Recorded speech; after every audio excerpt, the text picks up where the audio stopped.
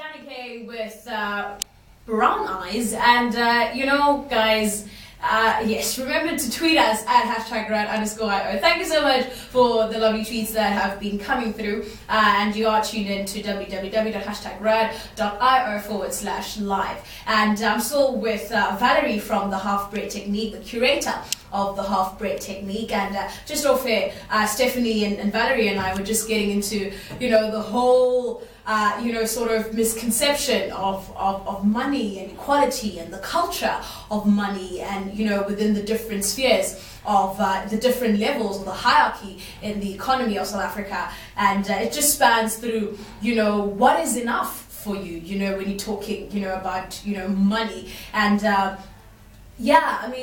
someone's enough might be 10 times more than you're enough. And then I think that's where then the whole greed, or the whole hunger to do more than what is enough for your society as opposed to yourself. So yeah, it's so mind-boggling, and it's something that I'm really, really glad that came to be. And how did you get involved in I'm obsessed with economy. I used to work as a financial journalist, and then I got to know what all these big words mean, like budget and inflation and world economics. I really get into it and just see, well, it's actually very simple. Yeah. It's just people trying to secure themselves to have something to eat the next day. Mm-hmm. And how much we eat and what do we eat, that's exactly the inequalities that me and you are talking about. Yeah. I was also involved in social justice protest movement, which made me even engage deeper with those ideas. Mm-hmm. And when I heard about Martin's Halfbread Technique, I was just told, it's like something weird. There is an artist standing on stage and offering to share his budget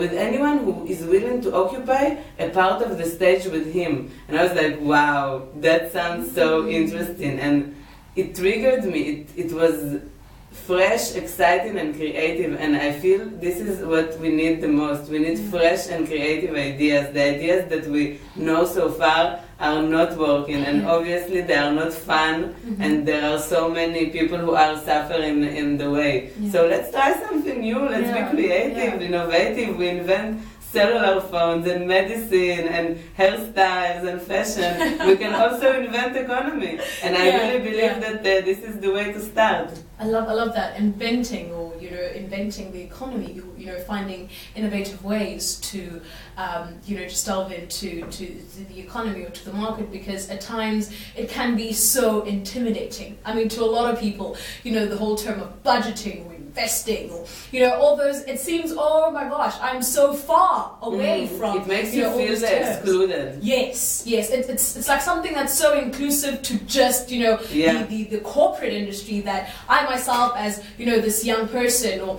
this person from a Kailicha, I cannot, I just see it as an advert, and it seems so glamorous, and when you delve into budgeting and just taking 10% of what you earn, and just putting that away. Later on in the show we'll be talking about how you can invest with just $300, just starting an investment portfolio with $300. So I think those are the kind of techniques that Halfbread kind of also delves into. And have you received any, or dealt with any resistance? Not resistance from people who watched it, because once you experience it, it's a traveling place, so we go different places, and once you are there, it's so engaging with the audience and so participating, so you don't even have time to think of resisting, you are just being involved on the go. But the resistance that I have felt, the small one, was when people heard of idea of post-capitalism, which is something that is after the current system, people become like, oh no, we don't have time for post-capitalism, we must build the nation, we must focus on development, we don't have time to experiment. And this is exactly the approach that I would like to question, because if we want to play safe and conventional and traditional, we will stay exactly where we are. And I don't like what I see when I wake up in the morning around me in terms of inequality, and I'm well myself, but I do care, and not only care, egoistically again and selfishly, I do want a more equal society around me, and it will make me happier, so that's what I'm working for. Yeah, and I mean, an equal society, I mean, there's this huge gap between rich and poor in South Africa. And I think especially in Cape Town, you see it quite evidently. It's very visual. You know, and when people, the thing that irks me the most is that when people talk about Cape Town, they just think CBD, and especially, you know, when you talk about tourism and all of that, you just think Cape Town, ooh, CBD, the waterfront, Sea Point and all of that. But they call, you know, your not rural, but the township areas as the other side of Cape Town. And it doesn't encompass the whole term of Cape Town, you know?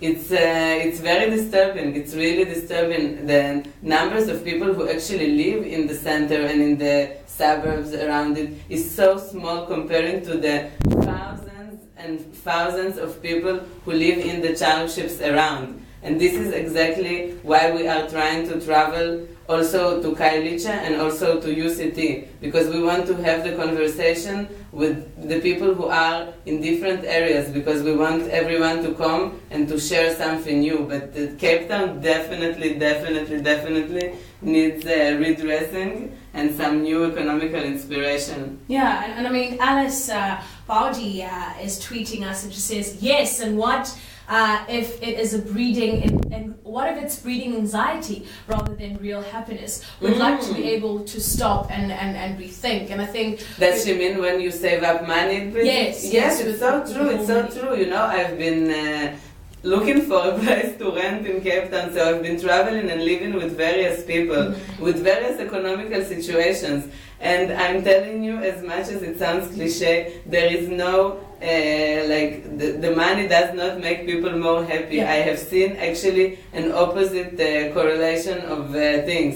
So people who have more, it does come with more anxieties and with more paranoia. Yeah. And even me myself, I used to work and have a nice salary and I had my own place and everything, but I was not happier. Now I went back to sharing because I want people around me. So sharing, when it's done in egoistic and selfish way, it can actually be fun. It's not charity because I'm giving because I feel sorry for that person and I need to clean my guilt feeling. It feels good to give. No, it's actually sometimes good to give, because if you don't wear this dress and your friend wears it and she looks so awesome in it, that's it. You enjoy by dressing her, and then when she has a nice scarf, she will share it with me because I like it. So it's just being not so attached to materials, I guess. Just letting go and enjoying stuff that is not about money.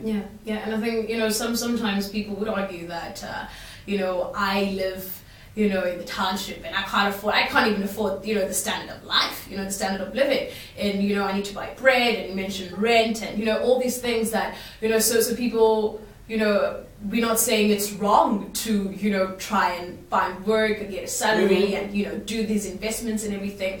But, you know, money won't make you happy. I mean, no, and how much is enough? How much do you want more and more? You know, I ask people many times, what would be your ideal living wage? How much income do you want a month to be happy? Because I'm telling you, rich and poor, everybody complains they don't have enough. Okay, so that's There's never enough. There's never enough. But this is exactly the logic that we are living in, this greed that you mentioned, this constant race about more and more and more. Even the people who have investment portfolios and who have the 1 million rand you were talking about, they are stressing about losing it tomorrow. If you have 3 houses... Because the market in Africa... Yeah, and let me tell you something that I did learn thanks to my experience in finances, is that it's so... The market is actually non-existent. It can collapse tomorrow, and it has collapsed already, and people have lost their money of investment. So it's a matter of managing. There is no right or wrong answer. Everything is a matter of measurement, and you can always ask yourself, is that enough, or is this really a little bit more that I need? Is it just that race, or do I really, really need it? Yeah. so much wisdom, so much money and questions, you know, that are being answered right here on #radio. And please do interact with us, #Halfbread Technique. And you can also reach them on Twitter @HB Technique. You know, if you have any questions about the upcoming events that will be happening this Saturday, which is tomorrow, as well as next week. Yeah, and we must say that both of them are for free, because we cannot talk about equality and charge. And talk about money, and you know, you're trying to, you know, $50 for an entrance, and it's, and like we mentioned, you know, it's very interactive, and I don't want to spoil anything for you, just like I didn't want to spoil anything for myself, you know. So watching the video, as I said, for 5 seconds, kinda, you know, I wish I was that intimate with, you know, the production that was happening there. And it was just the first question that was asked. Are you the audience of the Halfbread Technique? I mean, so already the first thing is that the stage approaches the audience instead of the audience looking on stage. So we already are breaking your expectations and triggering you to be interested. So there's the technique of dialogue as well. That's because anything we would like to suggest for the society, any political movement, it must involve other people. That's why we are traveling. We want to hear the feedback of people and how do they want to get involved, because if it's a good idea in theory but it doesn't engage other people, then it's just another book in the library. It must be interactive. And I must ask for you to just give credit to the Swiss Arts Council, who have provided us a budget to stage the play in Kailicha. And this is also another interesting way of redistributing money from Switzerland to South Africa. It's beautiful. Small achievement. And just before we say goodbye to Valerie, there is a track that I want you guys to listen. Something that, you know, it talks about something that is imnandi. Mnandi in Xhosa means so delicious, and I think this is what the Halfbread Technique is all about. And stay tuned if you want to find out some more information about the Halfbread Technique, where it will be going, what time, how much. Just kidding, there's no money involved. But and all the details where you can find the Halfbread Technique.